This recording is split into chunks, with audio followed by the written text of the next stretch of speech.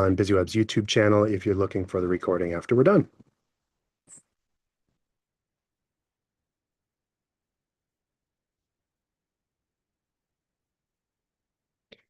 Hello, everyone, and welcome to another busy webinar. We're going to go all in on the spooky season metaphor today, and we're going to go into click or treat, how to get better leads from your online ads. I thought about dressing up, but at the end of the day, it's probably best just to take the business seriously and the content, have a little bit of fun with it. So thank you all very much for hanging out. For our attendees, if you do have specific questions, feel free to use the chat function in Google or in Zoom webinar to get the deets on that and to submit. I do have a number of questions that our registrants had asked prior to us getting started. So go ahead and shoot those to us as we get going.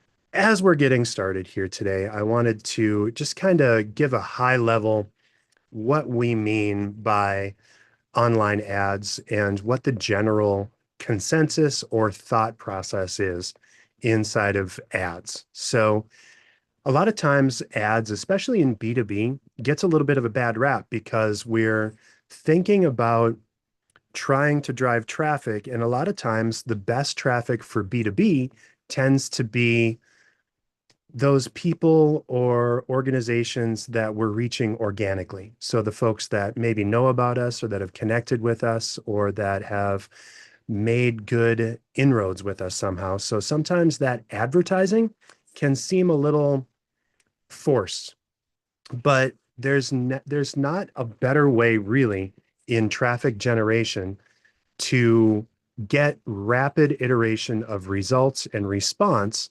And even if you're not using advertising as a lead acquisition strategy, using it as a data intelligence strategy can be very, very helpful. So almost all of our clients that we work with, we do a fair amount of advertising for, just to, of course, drive leads and connections, but also to really dig in and to get an idea for how everything is being received in the marketing world, like how things are opening, what some of those response rates are, and what the messaging is that's going to best connect with people.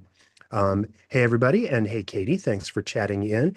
And for everyone that's joined now, please don't be shy about asking questions. We're going to use the webinar chat today for that. So go ahead and log questions in chat. Let's get rolling.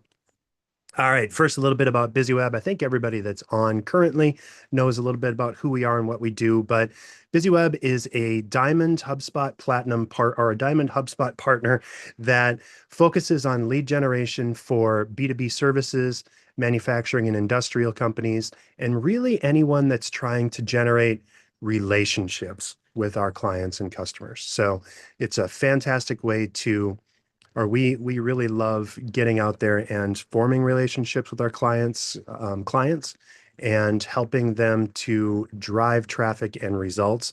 And then, of course, put it all into a CRM or a system where you can continually follow up and reconnect and re-engage with the people that matter most. So we'd love to chat. If you do have questions, you can send us a note at hello, or if you want to connect directly with me, Dave@busyweb.com, or just give us a holler anytime. Now, this is what we're talking about today.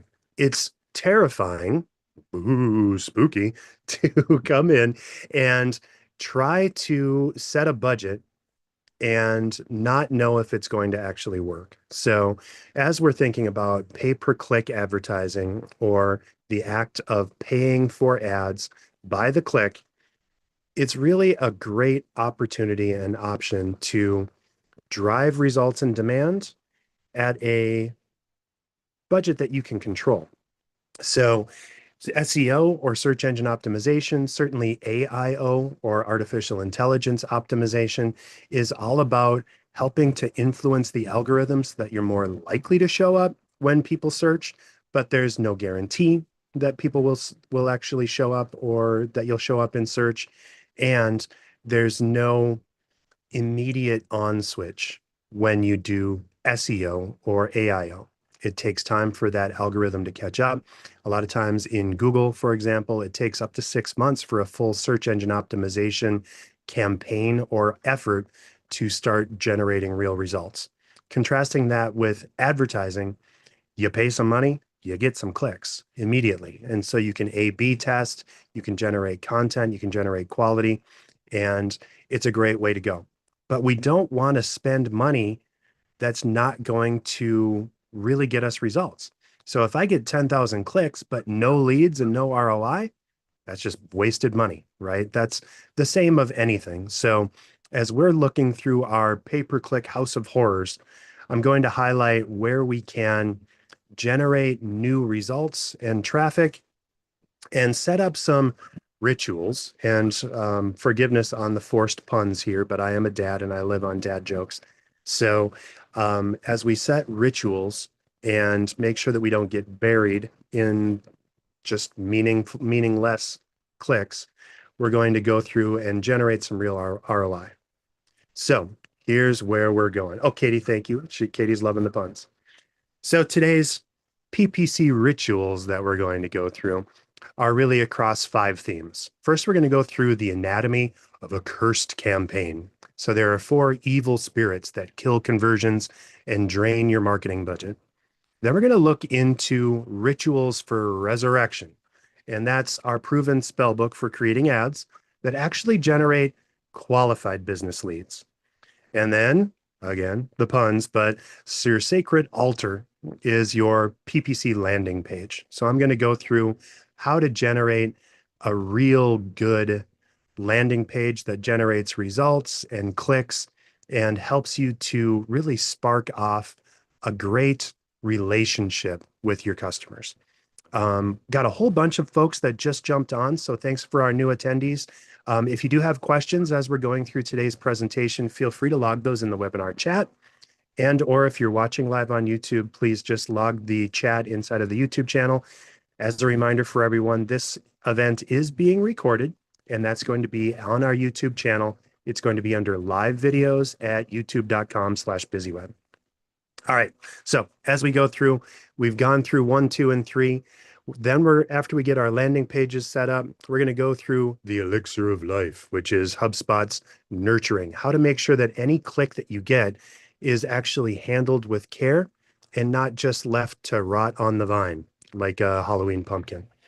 And then we're going to speak with the spirits and have, I'm not going to call it a seance, but we're going to actually take some live Q&A.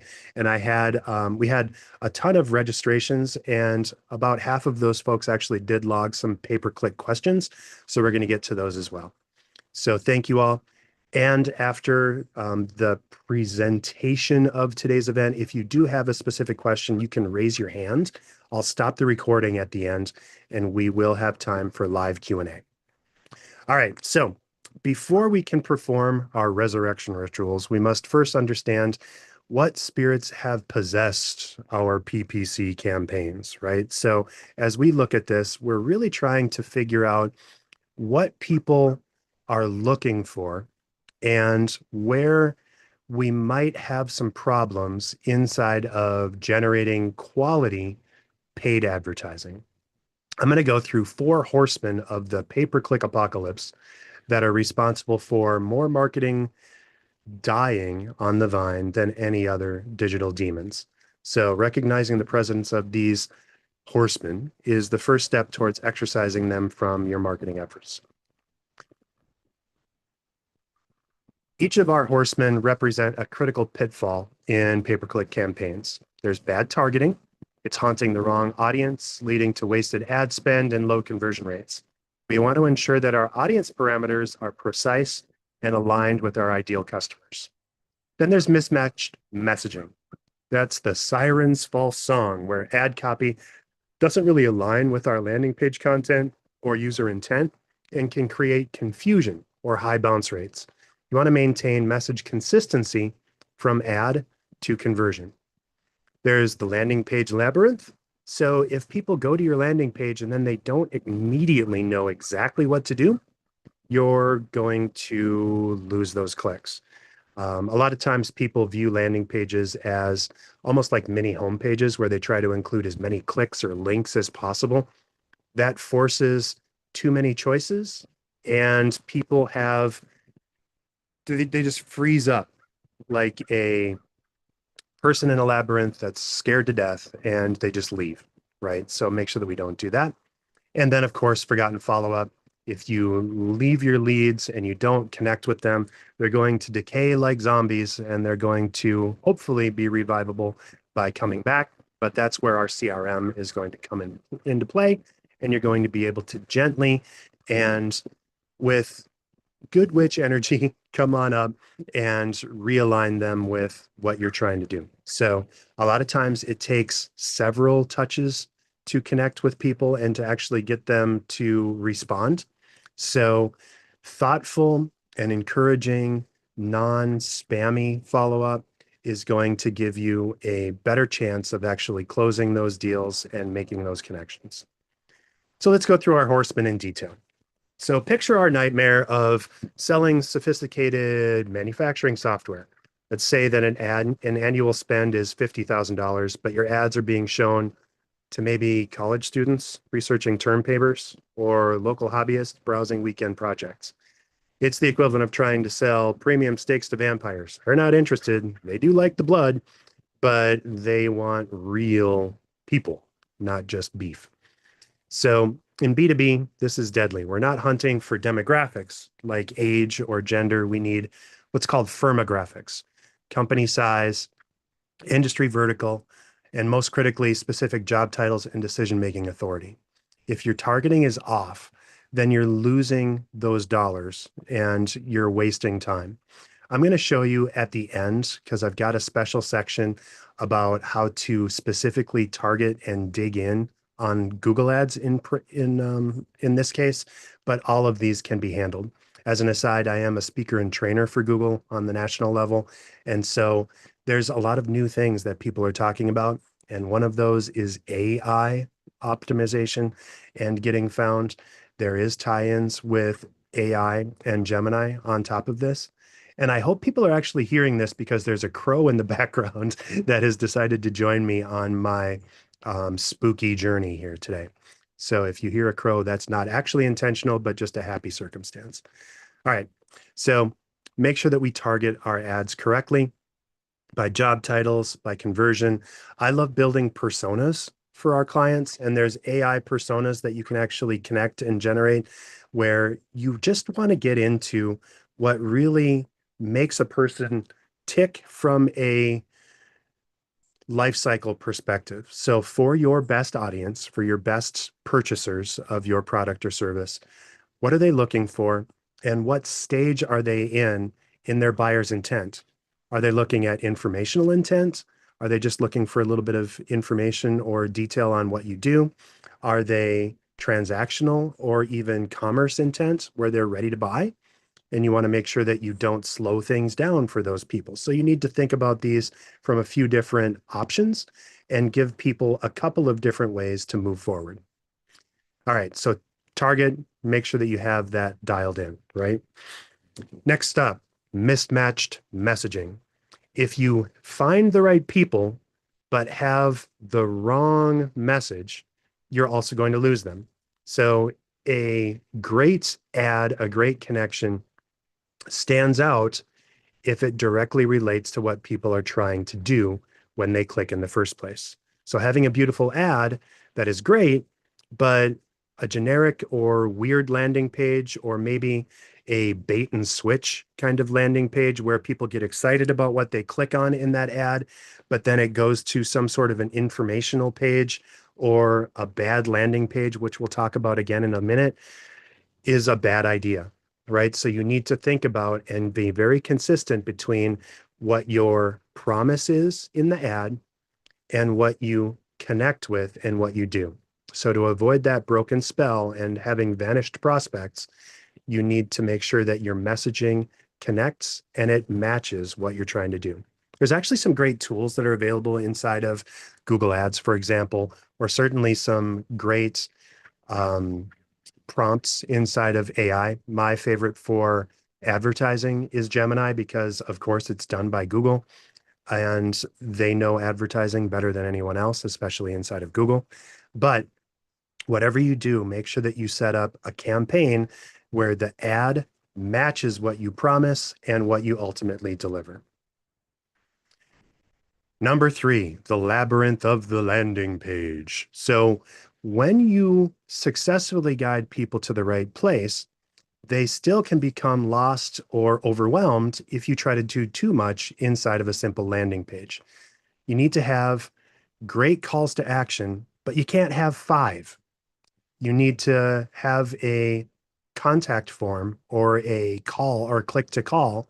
But if you have a multi-step form that asks for, open text and has people fill things in and it's required, or you're asking for too much too soon, you're going to miss that opportunity to connect.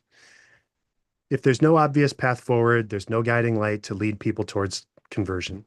Potential leads should not need to solve complex puzzles or navigate through multiple decisions or browse across the navigation in a landing page in order to get what they need. Simple, simple, simple. Make sure that you have a clear button that completes the promise of what you asked for or offered in that ad. Next up, the forgotten crypt of follow-up. So landing pages and in marketing in general, we focus a lot on marketing funnels. The problem with a funnel is that you dump things into the top, all of your marketing activity, and then water or leads come out the bottom, and then they just disappear. So we always teach in inbound marketing and now in loop marketing that you really need to connect and continually re-engage your best prospects. So if you perform your rituals correctly, you have a great ad that captured a great lead, and then it just goes out to a CSV file and sits on your sales team's desk for a week, that lead goes cold. And you need to connect with a warm prospect immediately, but then also not forget about contact follow-up. So this is where CRM comes into play, and I'm going to talk a lot more about CRM in a minute. But if you don't have dedicated tracks or inbound studies where you can give people more of what they're looking for, almost like a spooky choose your own adventure book where people can follow and say, I'm interested in this, or I'm interested in, A or B. And then based on what they tell you, you give them more of what they're looking for. That's going to result in actual connections and next steps. So speed of marketing and making sure that you follow up immediately is great and necessary, but you also need to thoughtfully and engagingly continually re-engage with the people that matter most. So think about what they might need or how you're going to connect and give them that next level of engagement. So if you are offering that $50,000 software process or software program, the first thing that people are likely going to want to ask for is, does it solve my immediate need? If they don't respond to that, you want to give them a couple of next steps and think, okay, well, here's some other use cases. And here are some other things where you might also be able to solve some problems or to solve some additional needs. And so thinking about that and reconnecting in an engaging way is a fantastic way to connect and to just build content that matters and that gives people great steps without being spammy. All right, so those are our four horsemen of connections. Now let's go through rituals for PPC elevation. And again, I got a little crazy with this and I was feeling spooky when I put this together. So as we build all these in, especially in the slides, I know I'm a little corny on this, but I think it's fun to at least lean all the way in on a theme. So once we've learned from what we've gotten, we want to make sure that we're consistently following up with the right people, that we're giving them real next steps and building on rituals that help to form a thoughtful and considered pipeline that feels like a conversation with a customer before you ever actually connected. And Katie says, don't stop now, I'm fully invested, right? So I almost feel like I need a witch hat now. For my rituals, we're going to go through again another four of them. And our first is summoning our ideal client profile. So your ICP, or often your customer profile, is the best way to really get into the psychology of what your best leads are looking for.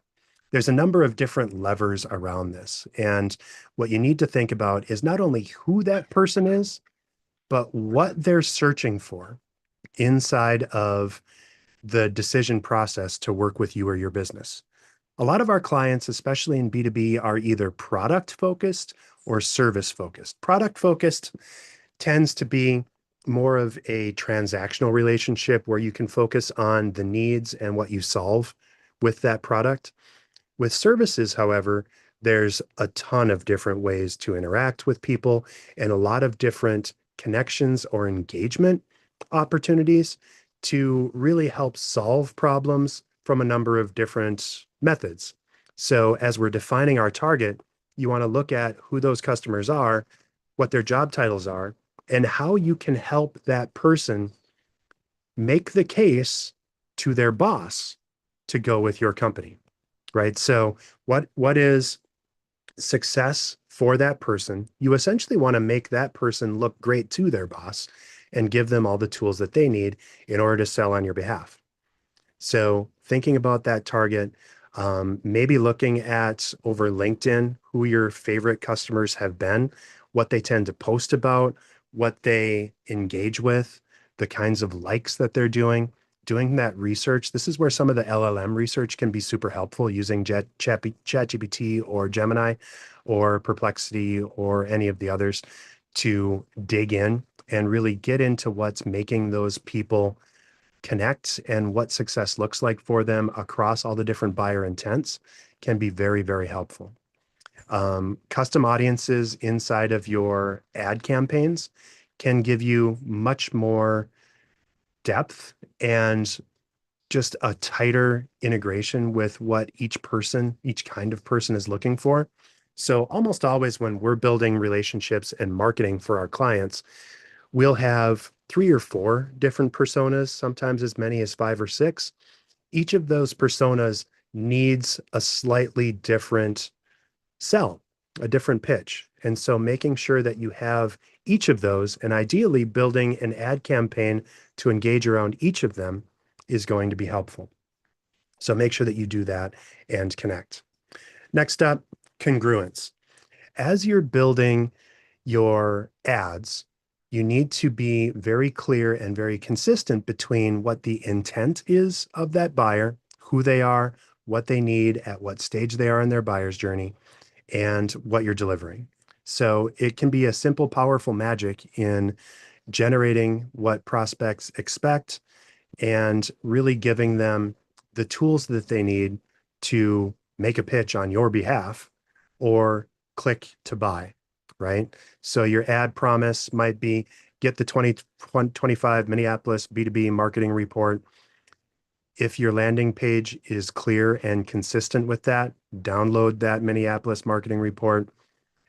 Perfect alignment. So where you maintain that trust and you help give people what they're looking for.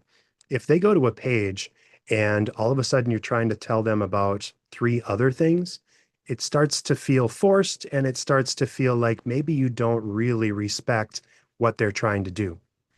People love to buy online, but nobody really likes to be sold. So what your job is and what that tool or what that conversation needs to look like is you're the helpful consultant that's helping them add or answer questions and give them the results that they're looking for and help them find a path towards that success.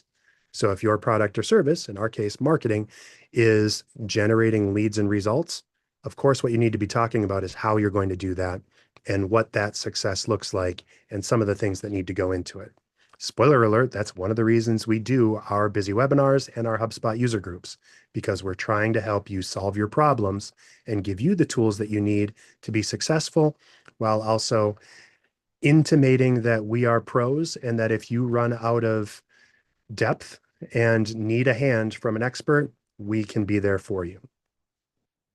All right, ritual number 3, landing page perfection. Now, I talked about this a little bit before, but you need to have a consecrated landing page that removes all of the distractions. So if you have a nav menu, a header and a footer, and 3 different offers, maybe even a video that doesn't directly relate, spoiler alert, if you have 5 ad campaigns that all go to the same landing page, you are losing business and traffic.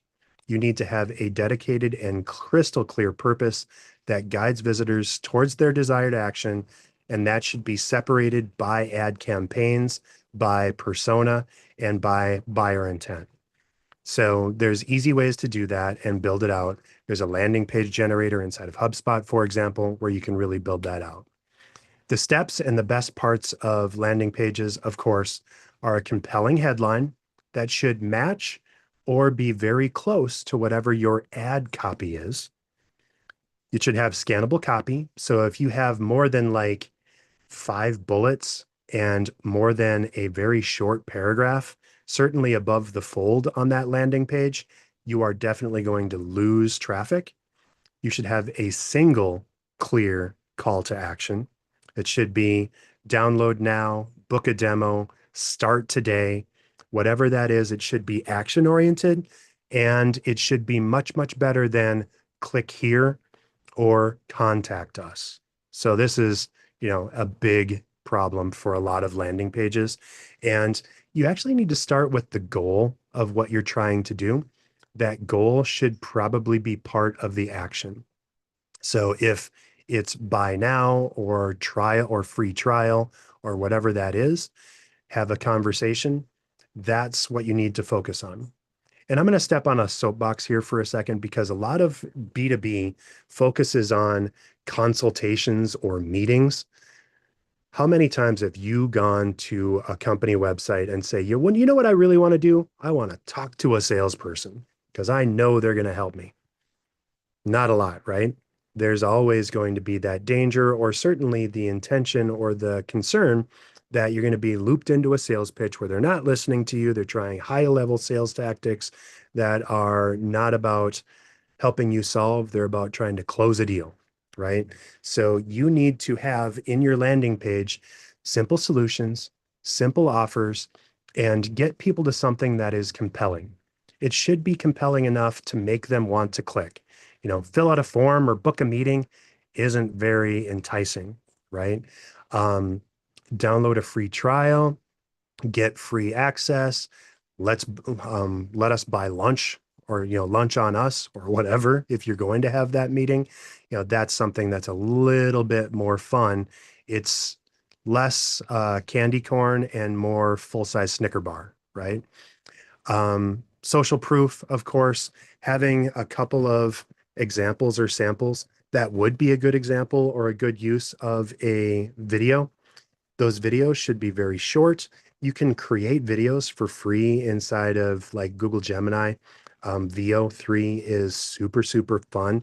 We actually built a great loop marketing video that you can see on our webpage. If you go to busyweb.com, go to services, and then the top service is now loop marketing. There's a simple video that took us, our team actually built that over a little bit of time where we built it pretty heavily, but you can create gorgeous videos that are super helpful and super informative with almost no investment now. So it's super, super helpful.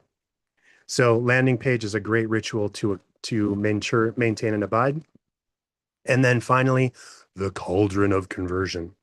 If you're not putting all of your sales efforts into a dedicated CRM of some sort, there's a lot of different CRMs out there, but if you're not building towards something that's useful, that's helpful, and that is built to help you follow up, you're missing out on a lot of opportunity. So, of course, the first step is going to be form submission, where that prospect goes through, again, that very simple form. Don't ask them for all kinds of stuff. Don't ask them for a credit card or their, a full fill in the blank. It's simple A, B, C, maybe a couple of radio buttons, but name, email, and company, maybe with maybe a kicker for a phone number. is about all you can really ask on that initial landing page. That person, when they gives you that email address, they should get an instant thank you. Give them an automated resource. If you promise a white paper or a download or an exclusive video or registration for a webinar, that webinar registration should probably have a small, short video saying, here's what you're going to get out of our webinar. And I'm not great at that. I need to spend more time on that. I know I've got a lot of my team that is going to be watching this afterwards, but that's something we should probably do. The sales team should get instantly notified when that person downloads, where they can then verify that lead. And so if that lead is very excited, wants to talk right now, needs to buy, they're in an emergency situation, the sales team should be able to get a hold of them. You do want to be careful with your ranking and scoring of leads, however, because too early of outreach can also be a turnoff for a buyer that's in the informational stage, right? So if they're looking for information about what they can do and you hit them right up with, hey, you want to buy right now? That's too soon. You're going to spook them and they're going to run away. Put them into a nurturing sequence where think about a number of different bites at that candy apple, right? So give them what they're looking for in several different flavors. Give them a few helpful tools, tips, maybe a blog or two from your research. All you have to do is include a link. And at every step inside of that nurture sequence, give them the opportunity to reach out to you, but don't force it too hard. HubSpot makes this all very easy. There's campaign tools and there's an easy workflow builder. HubSpot actually just last month announced that there's a drag and drop workflow builder that is super, super cool. We've been playing with it. It's in beta. It's going to be live before the end of the year. So if you already have HubSpot, look for that. And we're going to have a future outline and demo of that drag and drop builder coming up very soon. All right, so here's your book of pay-per-click magic, right? So you're going to want to summon your ideal clients by targeting each one of those people, by thinking about what makes them tick, what stage they are in their buyer's journey, and what they need. Your landing pages and your ads need to be aligned between what you offer and what they're actually looking for. You want to have simple, clear, and helpful landing pages, and then make sure that you automate your follow-up. So for the folks that are still with me, and thank you, there's a lot of us online still. Make sure this is where we're going to get a little bit more technical.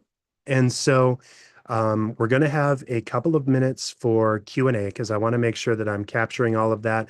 But then I want to get into a little bit of keyword magic where you can look at how to narrow and straighten out the targeting for the right people and the right messaging. So as I do that, if you do want to talk about your ad accounts or whatever you need, we do have an attendee offer. Just send me an email. That's dave@busyweb.com. And then just ask for the offer and we'll give you an audit of your ad account to look at what makes sense for your business. How are things going? How's that targeting? Are you doing enough? If you're just getting started, this is a great way to really hone in on the best level of engagement.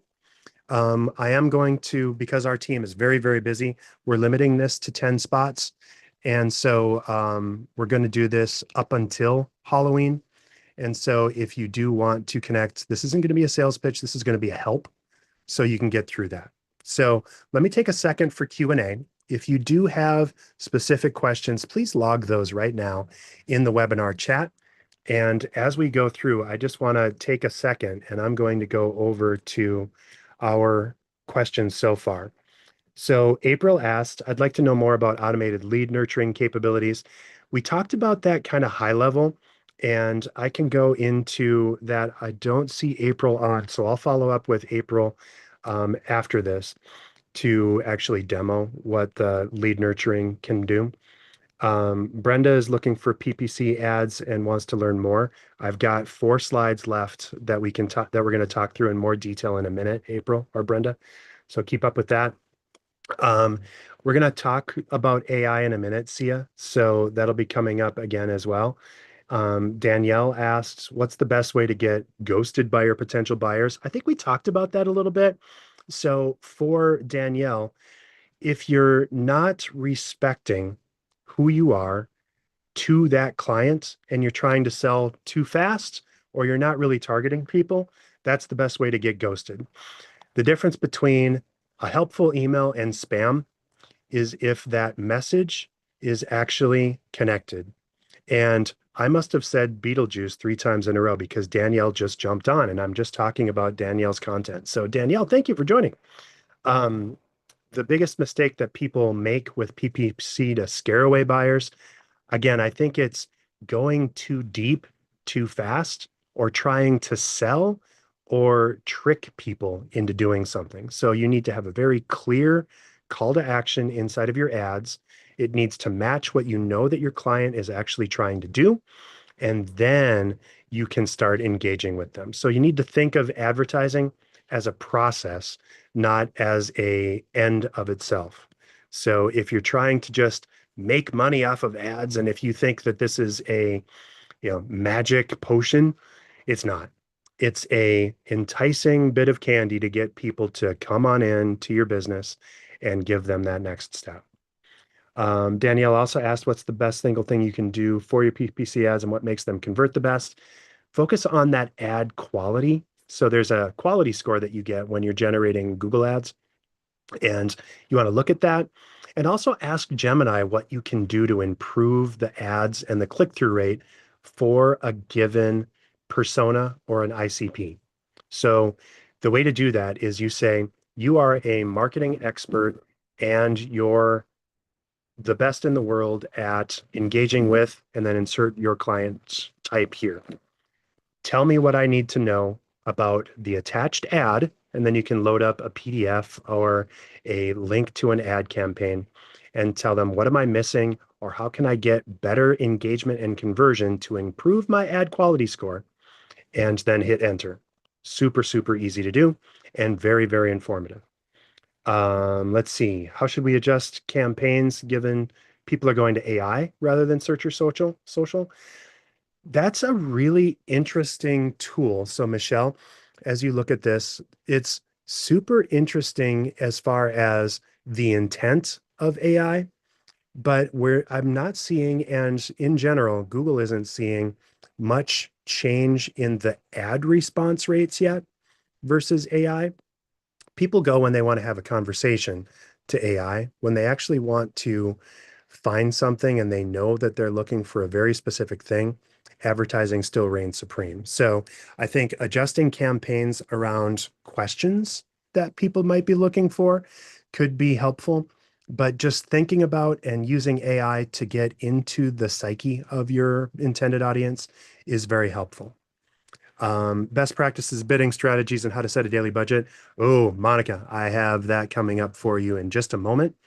And Nicole, what's the best way to adjust my targeting so I'm getting better quality leads instead of just more? It's all about focusing on personas. So making sure that you're in the psychology, that you're thinking of the brains of that person and what they're really looking for is the best way to generate real results. Okay, those are the questions that I have so far. I'm not seeing anything popping up in webinar chat. So if you do have additional questions for the folks that are here, this is your chance. And encouraging you to please go ahead and connect with that because I'd love to answer your questions for you. Now, let's go into our bonus section while people are typing those other questions and get into some basics on Google Ads. So time check, we've got about 19 minutes left on this. So go ahead and ask those questions. I am going to stop at around 5 or 10 minutes before the top of the hour and let anyone that wants to simply raise their hand. We'll stop the recording and then we can open up your mics if you want to just talk. And that might be a fun way to do this too.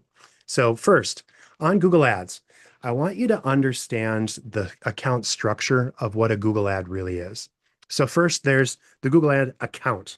So that's your email address and your password, your billing information, all the information that generates your account. It should be an account that you manage and maintain as the account owner.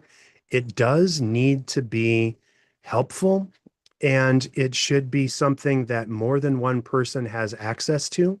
So you should have several managers and one owner of that account. Many, many times, too many to count. We've had people that, their marketing assistant or a marketing intern had set up their Google Ads account. That person's no longer there. Their email address changed, or worse, they used their personal Gmail account. They're no longer associated with the company and they're stuck. They can't advertise, they can't do some things. We've had it happen where it was running on autopilot. That person went non-responsive and there was just no way to stop the ads. So we had to finally go through Google. Now, luckily, I'm affiliated with Google. We were able to connect and find the right person inside of Google Corporate, inside of the ads team, and they were able to turn it off. But that's tricky. So make sure that you have multiple managers. Inside of that account, you're going to have campaigns. Think of campaigns as overall goals. So we're going to have a campaign around driving more traffic for product or service X. And then you'll have different ad groups for different audiences, for different intents, and for different personas. So you might have different timing in those ad groups. You might have different options or ideas, but that's how you can think of these ads. So there's campaigns around overall things that you're trying to do. Ad groups are different targets or different intents inside of those audiences. Make sense? Perfect.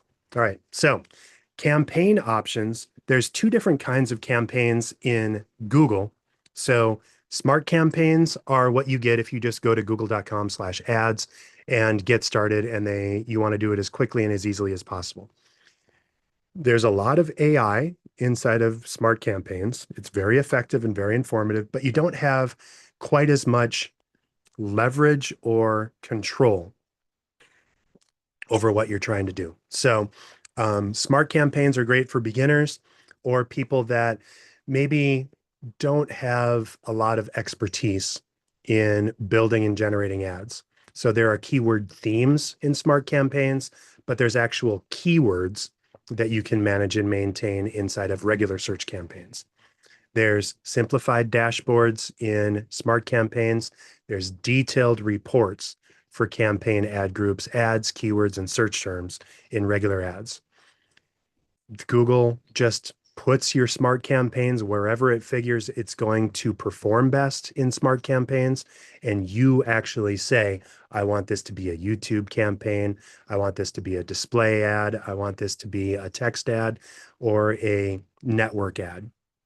And then landing pages, you just get one landing page per smart campaign, but you can have multiple. And again, we're going back, you can have different ad groups and different ads on regular search. So if you need the control to actually connect, you want to go into search campaigns, not smart campaigns.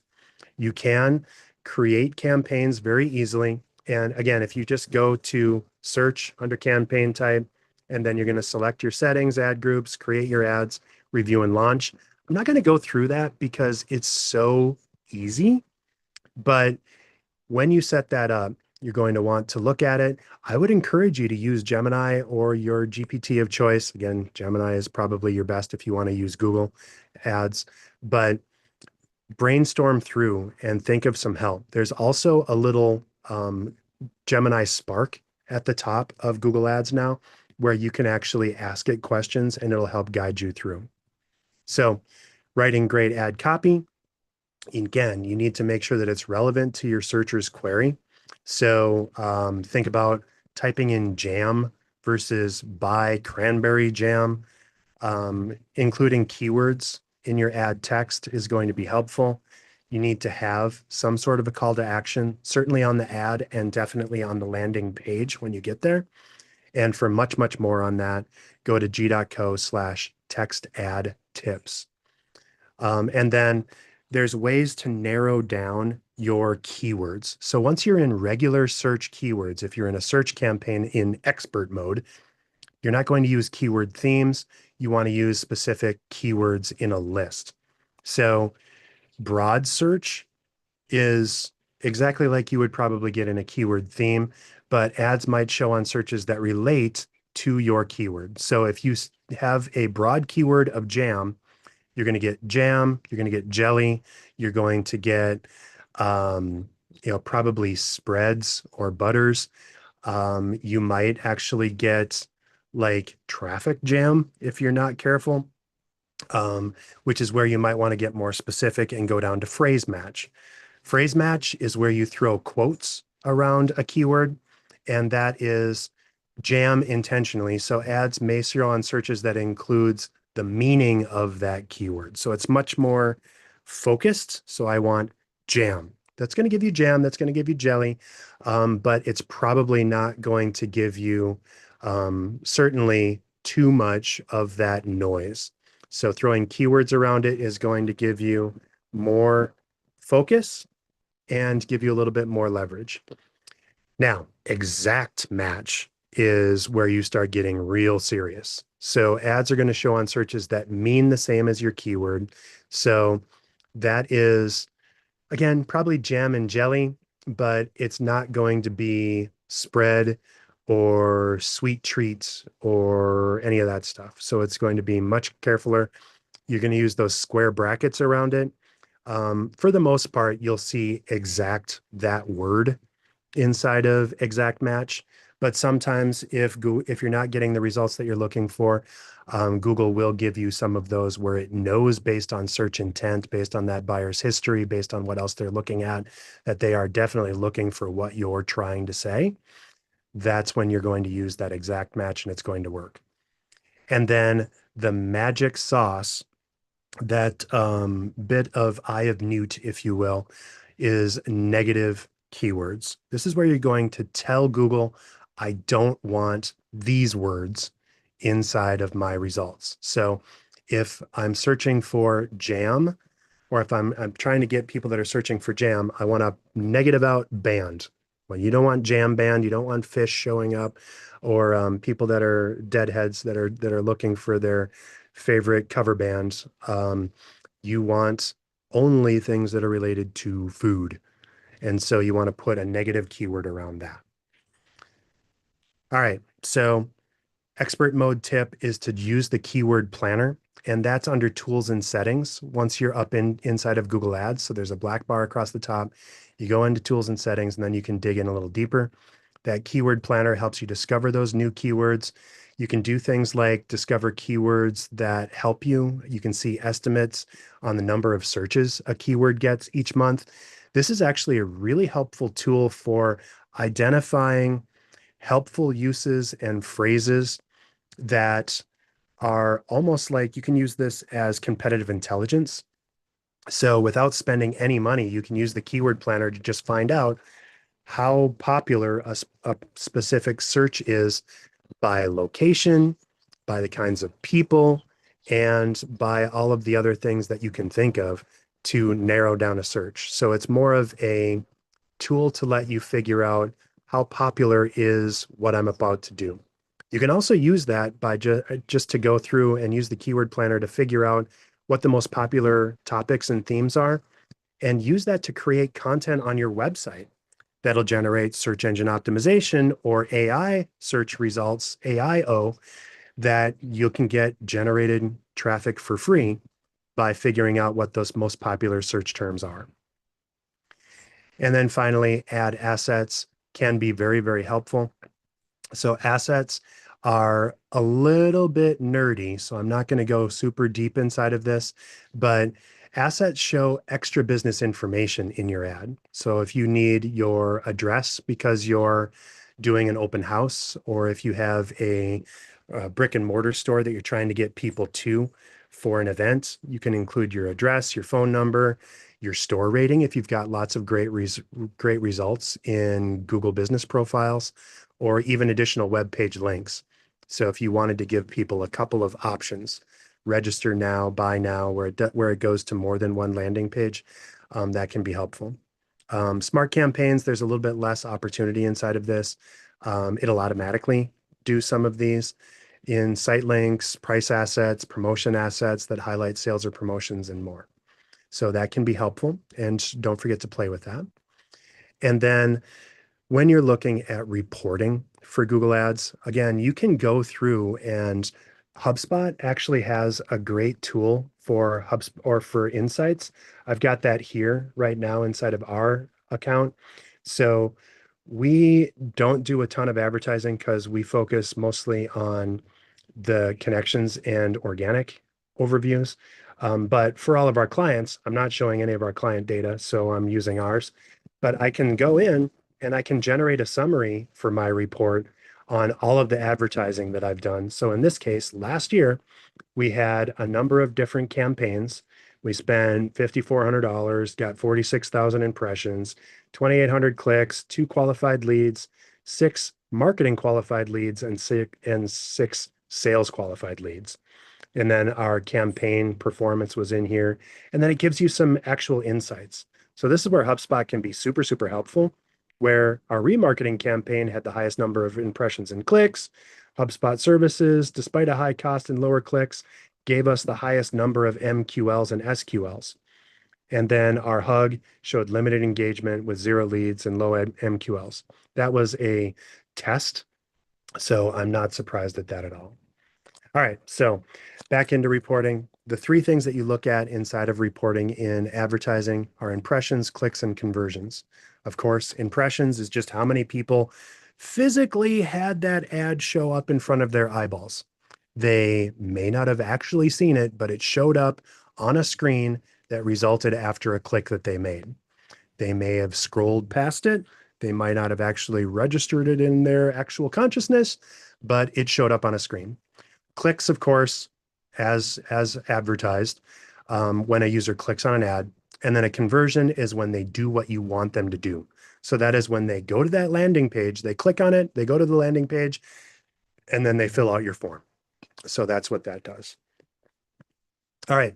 Reports and search campaigns. You can do reports by ad groups, by individual ads, landing pages. You can see how individual keywords are performing and much more. So all of that's available and super helpful. And then, of course, you can track conversions in ads by connecting your Google Analytics, or also you can do that through HubSpot by connecting analytics inside of HubSpot. All of it's super easy to do.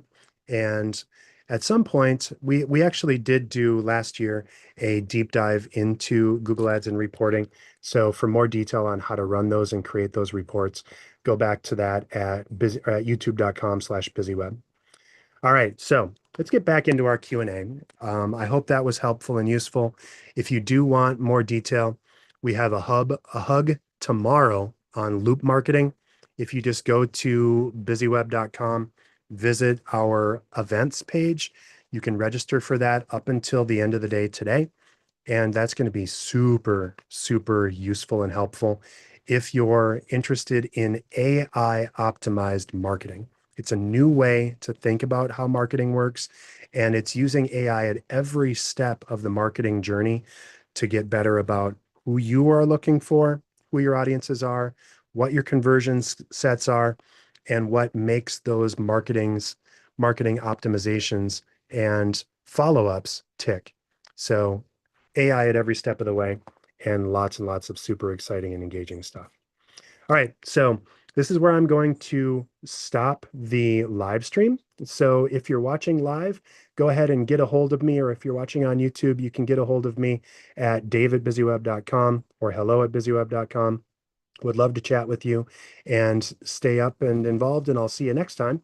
And I'm going to stop. And for the folks that are still on, let's go ahead and keep going because I think